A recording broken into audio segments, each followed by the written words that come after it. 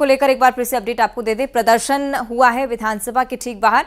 बम की प्रतीकात्मक माला पहनकर विधानसभा पहुंच गए थे कांग्रेस विधायक आर.के. दोगने। गांधी प्रतिमा के सामने धरना दिया है। 4 लाख मुआवजे से कुछ नहीं होगा, एसपी कलेक्टर को हटाने से कुछ नहीं होगा, दोषियों पर कड़ी कार्रवाई होनी चाहिए, ये ठोस मांग उनकी तरफ से। विधानसभा में हरदा का मुद्दा एक बार फिर गूंज रहा है। आर.के. दोगने जी पहुंचे हैं सुतली बम की सांकेतिक माला पहनकर, वो हमारे साथ उनसे बात करेंगे। सर, माला पहनकर आज पहुंचे हैं बम की, क्यों ऐसा करना पड़ा? देखिए, आपने देखा है पूरा प्रदेश गया है, आपके मीडिया ने भी कवर किया, 2 दिन से मीडिया भी था वहाँ, किस तरह से वहाँ हरदा में इतना बड़ा घटना हुई है। और घटना होने के बाद सीएम को भी और हमारे पीसीसी के चीफ को भी जाना पड़ा है। ये घटना बड़ा दुर्भाग्य है हरदा में, और ये प्रशासनिक अक्षमता है और संरक्षण में चल रही थी। वहाँ के नेताओं, भाजपा के सत्ताधारी नेताओं के संरक्षण में और प्रशासनिक संरक्षण में चल रही थी, और इसका इसलिए विरोध कर रहा है। और वहाँ के लोग जो मारे गए हैं, जिनके मकान खराब हो गए, जल गए हैं, पूरा नुकसान हो गया है, नुकसान की भरपाई भी प्रॉपर नहीं हो रही है, लोगों के साथ न्याय भी नहीं हो रहा है। कल आपने देखा सीएम के काफिले को भी लोगों ने रोक दिया था। तो इस तरह से हाहाकार मचा हुआ है। इसके बाद भी जो 4 लाख मुआवजा दिया गया, ये भी सफिशिएंट नहीं है, लोगों के जीवन में नहीं होगा। किसी का हाथ चला गया, किसी का पैर चला गया, तो ये चीजें हैं। और किस तरह से चल रही थी, क्यों चल रही थी, उसमें कौन कौन अधिकारी दोषी है, पूरे अधिकारियों को नीचे से लगा के ऊपर तक के सबको ऊपर कार्रवाई होना चाहिए। कलेक्टर एसपी के हटाने से कोई काम नहीं होता है। जी, बहुत बहुत धन्यवाद। तो जी आर.के. दोगने जी, जिनका साफ तौर पर ये कहना है कि कलेक्टर एसपी को हटा देने से कुछ नहीं होता है, कार्रवाई पुख्ता होनी चाहिए। कैमरामैन संगर के साथ शैलेंद्र सिंह, न्यूज 18 भोपाल। तो आर.के. दोगने की तरफ से जो वार आया वो हमने आपको सुनाया है, लेकिन पलटवार भी सामने आया था बीजेपी के विधायक रामेश्वर शर्मा की तरफ से।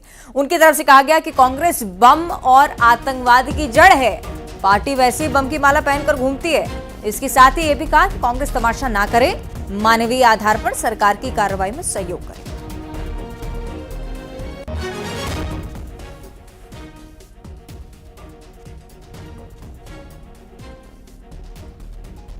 कांग्रेस के विधायक ये तो बम की माला पहने घूम रहे हैं। कश्मीर में आतंकवाद के बम इनके द्वारा चले, नक्सलाइट में बम इनके द्वारा चले जाते हैं। लेकिन ये जो हरदा में घटना घटित हुई है दुर्भाग्यपूर्ण है। माननीय मुख्यमंत्री मोहन यादव जी ने गंभीरता से लिया है। एसपी कलेक्टर हटा दिए गए हैं, सख्त कार्रवाई के निर्देश किए गए हैं। जो इसमें दोषी थे उनके खिलाफ गिरफ्तारी हो चुकी है, और घायलों के इलाज की पल पल की खबर माननीय मुख्यमंत्री जी स्वयं जाकर ली है और स्वयं ले रहे हैं। भारत के प्रधानमंत्री जी भी इस पूरी घटना से चिंतित हैं और वो रोज की अपडेट ले रहे हैं। मध्य प्रदेश की धरती पर भविष्य में ऐसी घटना घटित ना हो, सरकार ने इसके लिए जांच कमेटी भी बनाई है। जब भी इसमें दोषी रहा जाएगा उसके खिलाफ सख्त।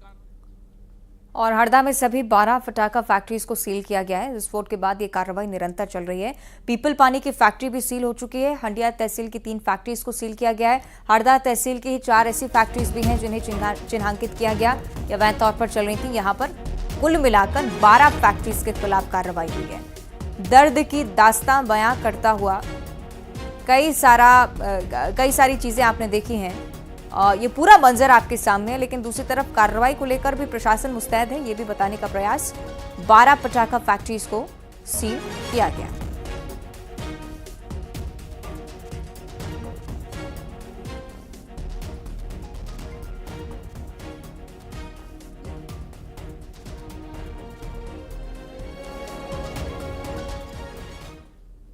और हरदा पटाखा फैक्ट्री में बहुत बड़ी संख्या में महिलाएं भी काम करती थी। इन महिलाओं के साथ इनके छोटे छोटे बच्चे भी इस फैक्ट्री में जाया करते थे। उम्मीद ये जताई जा रही है कि हादसे के वक्त छोटे बच्चे फैक्ट्री में मौजूद ना हो। कुछ ने भागकर जैसे तैसे अपनी जान बचाई, लेकिन फैक्ट्री आने वाले बच्चों पर बारूद का क्या असर होता होगा, किसी से छिपा नहीं। हादसों में घायल एक मां की आंख को देखी सुनी।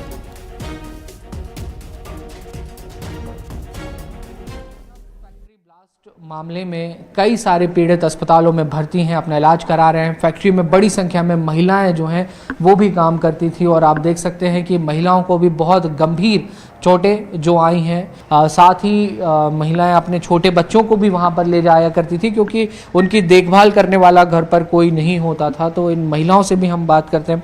कितने बजे आप वहाँ पहुँची थी फैक्ट्री में सुबह काम के लिए? 8 बजे। और आप लोग रोजाना जैसे काम कर रहे थे वैसे ही काम चल रहा था? जी। हादसा किस वक्त हुआ? लगभग 11 बजे फिर आप लोग कैसे वहाँ से निकलने में भाग गए सर। हाँ। निकल को बच्चे को लेकर भाग गई मैं निकल। बच्चा ठीक है? हाँ बच्चा तो ठीक है। महिलाओं के साथ उनके बच्चे भी थे वहाँ पे? हाँ थे सर, पर वो क्या है कि कल उस दिन कम बच्चे थे, इतने ज़्यादा नहीं थे, कम थे, और 11 बजे के लगभग ये काम हुआ। अच्छा, तो जो बच्चे महिलाओं के साथ जाते थे तो उनके बच्चों के लिए कहीं खेलने वेलने की कोई जगह, वहाँ पे कोई कमरा ऐसा बनाया था? नहीं नहीं, ऐसा कुछ नहीं था, बस पास में बैठे रहते थे, पास में बैठे रहते तो बच्चों को तो बारूद से नुकसान भी होता होगा फिर?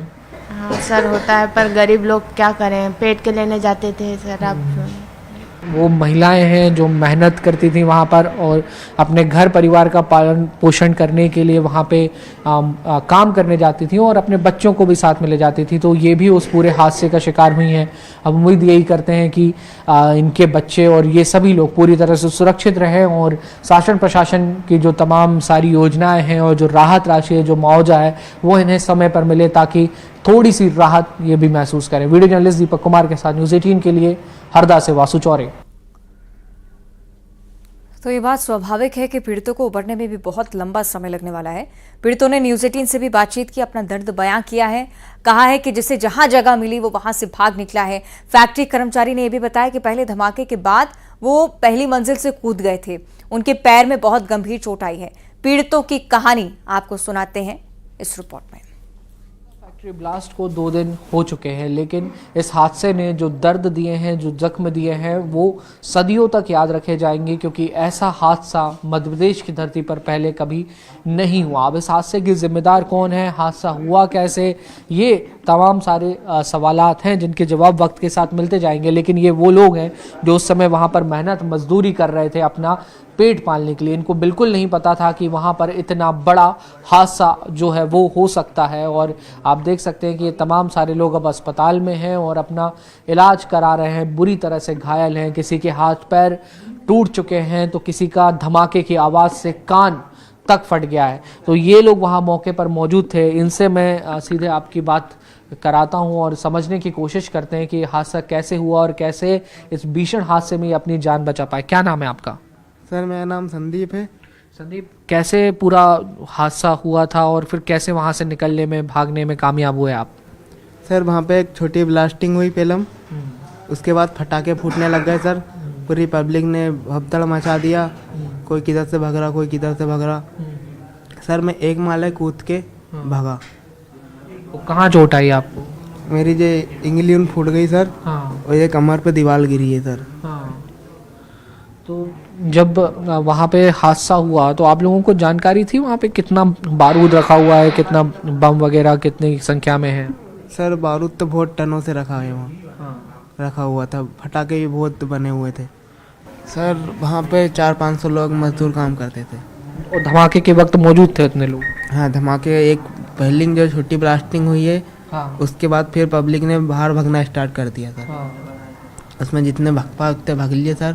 5-10 मिनट के बाद बड़ी ब्लास्टिंग हो गई। देखिए, ये हादसे की वो तमाम चीज़ें हैं जो अब धीरे धीरे सामने आएंगी और इसमें बहुत दुखद बात ये भी है कि जो लोग वहाँ पे मौजूद थे उनका साफ तौर पर ये कहना है कि बड़ी संख्या में वहाँ पर बच्चे भी थे, 1 दर्जन से ज़्यादा बच्चे वहाँ पे थे। हादसा इतना गंभीर था कि इन्हें कमर में गंभीर चोट आई है। जो वहाँ से दूरी पर काम कर रहे थे उनका कान फट गया धमाके की आवाज़ से। तो ये एक बड़ी त्रासदी जो है वो हरदा में घटित हुई है और ऐसे हादसों से सबक ज़रूर लेना चाहिए ताकि दोबारा ऐसी घटनाएं जो हैं वो सामने ना आए। वीडियो जर्नलिस्ट दीपक कुमार के साथ न्यूज़ 18 के लिए हरदा से वासु चौरे। तो उस ब्लास्ट की घटना को 2 दिन गुजर चुके हैं, लेकिन कई परिजन अपनों की तलाश में अभी भी जुटे हुए हैं। परिजन अस्पताल और फैक्ट्री के आसपास अपने परिजनों की तलाश में अभी भी गुहार लगाते हुए, कई परिजनों को यह भी शक है कि उनके अपने जिंदा भी हैं या नहीं। आइए सुनते हैं पीड़ितों के परिजन अपनों की तलाश कैसे कर रहे हैं।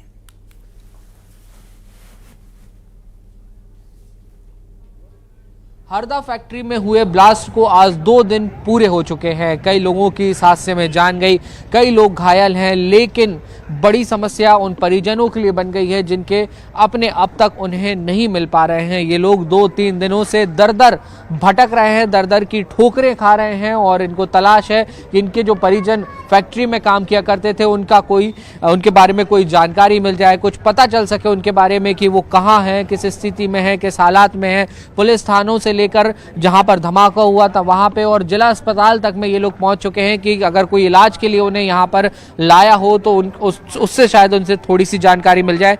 कहां से आए हैं आप? खरगोन से। आप लोगों के कौन परिजन मिसिंग है? मेरे भाई था एक और मेरे एक साला था, वो 2 दिन से लापता है। धमाका में काम ना जाने कहाँ पड़े और कहाँ गिरे, वो जल गए कि क्या हुआ हमको मिला नहीं अभी तक का। उसे तो परिजनों की बात आप सुन रहे थे। अभी तक इस बारे में